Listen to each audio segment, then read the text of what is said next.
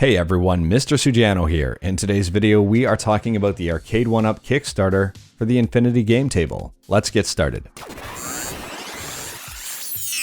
Alright, to kick things off, about a month ago I did a video on the Infinity Game Table, but before it had a Kickstarter. Now since that time, Arcade1Up launched their Kickstarter to a massive success. This campaign started out with a pretty modest $50,000 goal, and they have completely shattered that by raising $965,000 at the time of this video. I'm almost positive this will pass $1 million considering there are 30 days left to go. A strong start would be a massive understatement. This is doing amazing. Now, for those of you who don't know what the Infinity Game Table is, in a nutshell, it is a digital coffee table that you can play board games on. It has a bunch of built-in games. You can purchase more games later on down the road, and it supports online multiplayer. The screen comes in two different sizes, 24-inch and 32-inch. The legs come off as well if you want to put it on top of a table and use it that way. Now, in my last video, I will leave a link in the description below, and I highly recommend checking it out. I talked about how this was a really cool initiative, but I had some minor reservations, and it looks like some of those reservations have been put to rest. One thing I was wondering about was whether or not this would be water resistant. Now, if you think about it, it's a coffee table. If you have friends over and you're all playing on it, chances are you'll have drinks as well, whether it be alcoholic or non-alcoholic. If someone sets this on the coffee table and spills it, I would be worried as to whether or not this could withstand a spill, and it looks like it will be. It says impact and water resistant, so that is a huge thumbs up. Something else I was wondering about more in a technical nature is how many touches the screen could support at once. If you think about it, if you have 2, 4, or 6 people playing this all at the same time and everybody's just kind of tapping away at the screen, at what point do your touches start to get disruptive? If you're trying to drag a piece across a screen and someone else is tapping away on the other side, is that going to interfere with the screen's ability to sense your touch? And the truth is, it actually might. This supports 10 touches at the same time. So if you do have 6 people playing, people can't have their fingers on the screen all at the same time. But on the other hand, 10 touches at the same time should be suitable enough for most games. Another one of my concerns was the power situation. Not all rooms are laid out the same.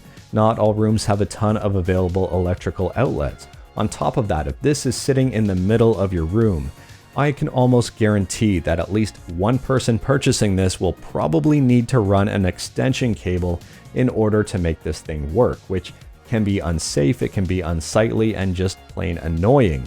Fortunately here, they have included a battery solution to fix this problem. There were 3 more things that I was a little bit worried about. First and foremost was the glare, and you can see there is glare on the top of the screen there, and it might be impossible to get away from, but I'm just wondering if you have an overhead light or if you have a window nearby, if that will interfere with your ability to see what's on the screen. The second thing I was wondering about is the frame rate. So it looks like they fixed it in this video here, but it's very interesting on this page. So when the card comes up on Monopoly, it's nice and smooth.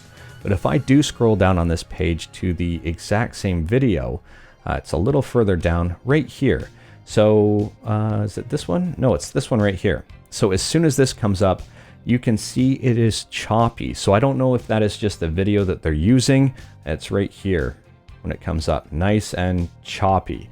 So I don't know if there is going to be a frame rate issue, if there is going to be software issue, but I'm a little bit unsettled by the smoothness of one video and the jerkiness of another. And when this was initially shown, the initial video showed a very jerky motion. Now, I don't know if they're just highlighting that online play might be a little bit less optimal than offline play, which would be completely understandable and normal. I'm just wondering if offline play will be as jittery as they are showing here.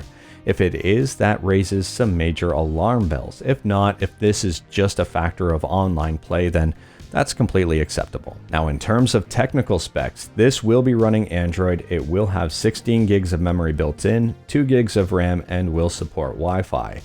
I would have liked to have seen a bit more built-in memory and possibly a bit more RAM, but that should be absolutely suitable given its application. Now, in terms of their stretch goals, they have 2 of them and they are probably going to hit both of them. They've already hit one of them, and this one they'll probably hit in a few days.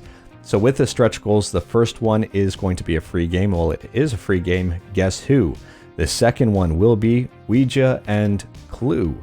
Pretty interesting. Now, in terms of other games on this table, they have a ton of them. Things like Pandemic and Monopoly, Operation, Hungry Hippos, Trivial Pursuit. I could keep reading. There's a ton of stuff here. They'll also have coloring books, comic books, and puzzles, with the option to add even more games later. I think it's safe to say that there will be no shortage of games here, and this is a pretty decent list. Now let's look at the pricing of these machines. First and foremost, the 24-inch table will go for $499, 500 bucks. That is $100 off the MSRP and includes free shipping for 24 inches. For the 32-inch, it will set you back $700, $200 more than the 24-inch. This is also 100 bucks off the MSRP and includes free shipping. So whether or not the $200 is worth it to upgrade to the 32-inch will be entirely up to you. In my opinion, for a multiplayer experience, if you have more than maybe 2 people using this table, I would probably spring for the 32-inch. It looks substantially more adequate for the overall situation. Now, if you want to make any of these portable, you have to add on an extra 80 bucks. So for the 24-inch, it goes for $500 without a battery. If you want to add a battery to give you 3 to 5 hours of wireless game time, it will be 579 bucks, extra 80 bucks. That's the same thing for the 32-inch. So it's $700 for the table and 780 bucks for the table with a battery. And again, that gives you an extra 3 to 5 hours of unplugged playtime. Now, as to whether or not I think this is worth it, I said it in my last video and I'll say it again here. This is very unique, it's very cool and very modern. Setting up this is a lot easier than setting up a traditional board game, especially if pieces are missing.